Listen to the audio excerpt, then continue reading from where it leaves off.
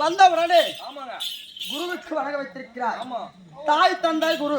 ஆமாங்க முதலில் பெற்றெடுத்த தாய், ஆஹா இரண்டாவது தந்தை, ஆமா மூன்றாவது குரு, சாமி நான்காவது தெய்வம்.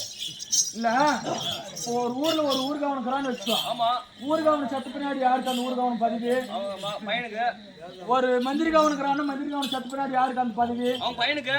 இப்ப நாம நெருப்பு நீ வந்து எனக்கு தெரியலையா? போனா சுத்தம்